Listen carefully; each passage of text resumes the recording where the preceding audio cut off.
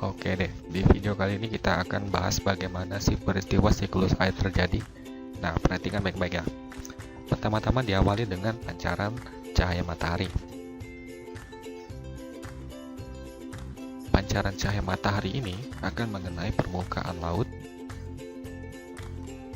danau, sama sungai.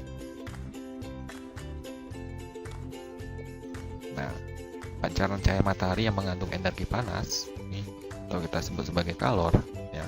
Energi panas ini akan diserap oleh air yang ada di laut, danau ataupun sungai, sehingga apa yang terjadi? Ya, suhunya akan naik. Suhu di permukaan laut ataupun danau ataupun sungai itu akan naik, ya. Nah, sehingga ini akan menyebabkan terjadinya perubahan wujud dari cair menjadi gas. Nah, fenomena ini kita sebut sebagai evaporasi. Nah, jadi evaporasi itu apa? Perubahan wujud cair menjadi gas akibat dari kalor yang diserap oleh suatu cairan. Nah, gas ini tentu akan naik ke lapisan atmosfer, ya. Akan naik ke lapisan atmosfer, tepatnya akan sampai ke lapisan troposfer paling atas, atau mentok-mentoknya sampai tropopause atau lapisan stratos, atau batas antara lapisan troposfer sama stratosfer. Nah, sesampainya di lapisan troposfer yang paling tinggi, ya, hingga tropopause ini, uap air tidak lagi naik.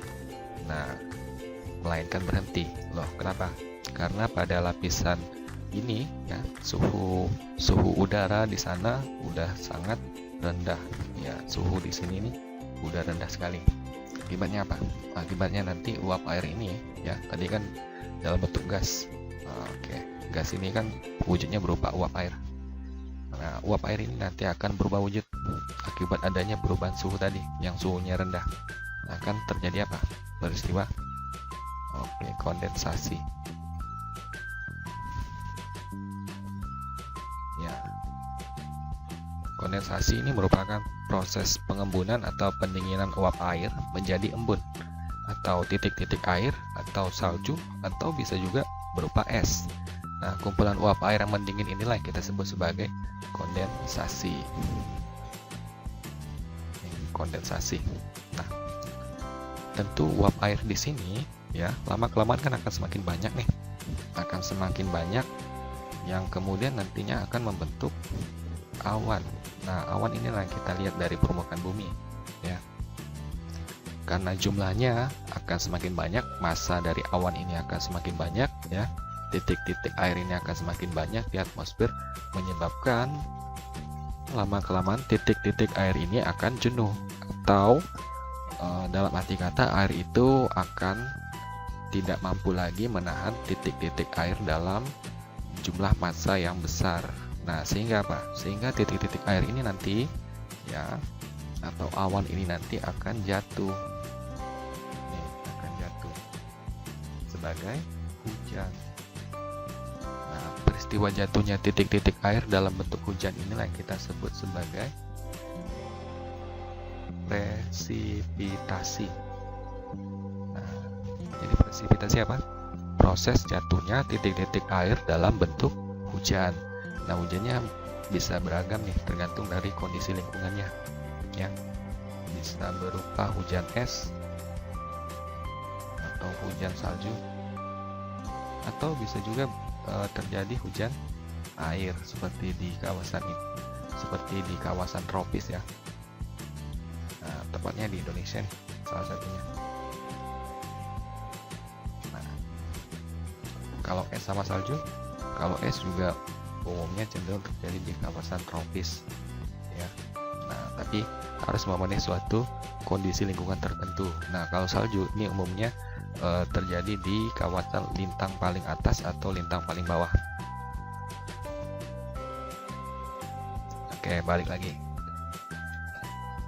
Tentu ketika terjadi hujan, ya, air hujan ini kan akan jatuh ke permukaan bumi, ini akan sampai ke tanah.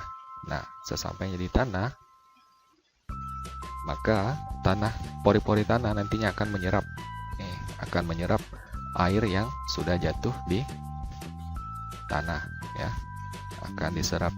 Nah, peristiwa penyerapan air melalui pori-pori tanah ini kita sebut sebagai infiltrasi. Nah, infiltrasi ini tentu dibantu oleh pohon. Ya, coba deh bayangin kalau misalnya nggak ada pohon.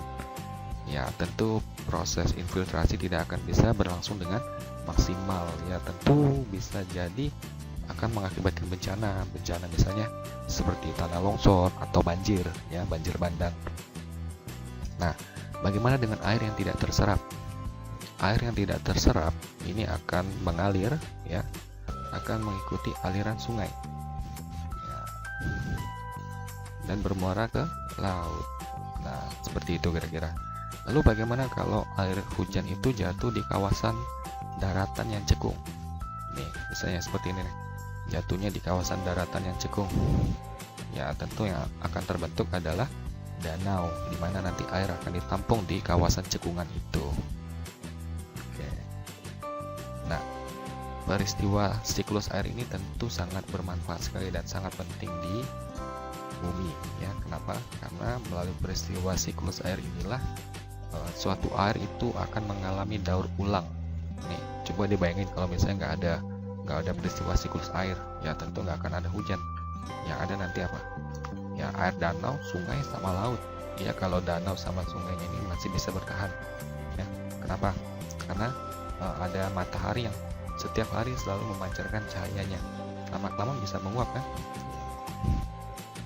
Kalau kekeringan ya tentu bahaya. Oke, sampai di sini bisa dipahami ya gimana siklus air terjadi.